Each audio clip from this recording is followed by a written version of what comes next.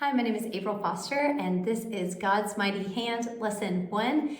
And we'll start the class off like normal with a word of prayer, then we'll go into memory work and map facts. Of course, we have all new memory work this quarter, and those are available in strips that the kids can kind of put together, the older kids that are readers can put together as they're waiting for class to start. There's circles with the verses on them and the corresponding pieces that match.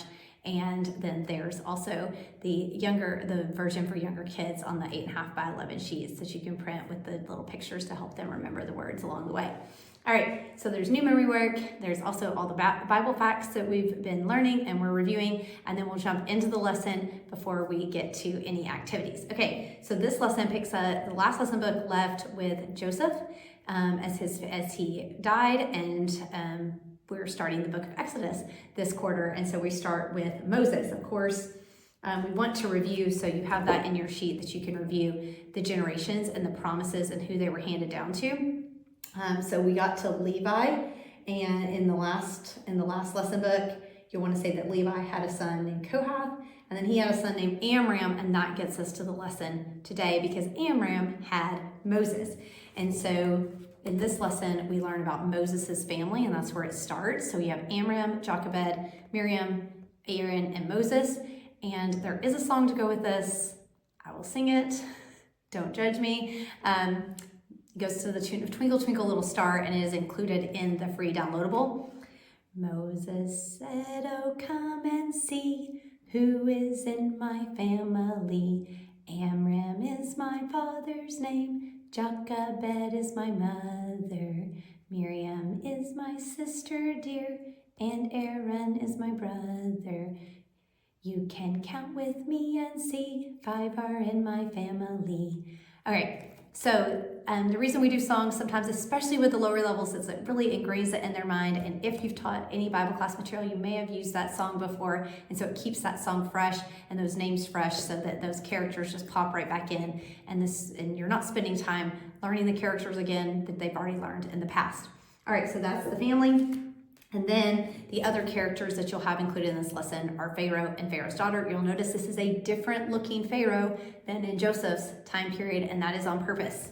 All right, the story cards this time start with Pharaoh enslaving the people and being harsh, him giving the command to throw the babies in the water, that Moses' family was brave and protected him, put him in a basket, took him to the reeds by the river. And again, this does not have him floating down a wild river. His mom probably didn't do that. She set him in a safe place where she knew he'd be found.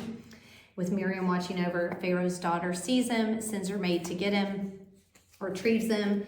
Miriam says that she has someone who can feed him, and then he's reunited with Jochebed and Amram, and that is the guts of the story today.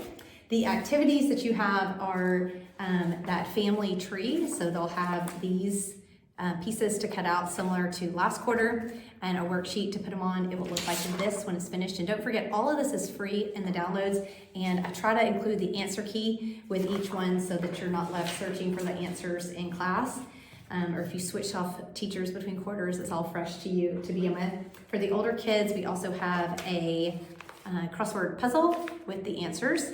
Also on the back of this answer sheet is like a quiz. If you want to play the expert game and do a quiz, you can do that with these questions, like review questions. And then for all ages, just dropped them, we have puzzle pieces. And so on these puzzle pieces, so you print off this sheet in the download, then you're going to cut it apart into pieces, whatever shapes you want to cut it in. And then you will, the students turn them upside down, students will flip them over. How long was Moses hidden? They answer the question and they get to place the piece into the puzzle.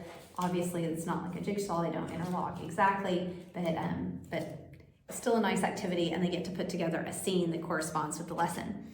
Last, for those younger kids don't like to do coloring while they're in class unless they're actively listening to a story. But a lot of times I will set out coloring sheets for them to do before class or to take with them as they leave class.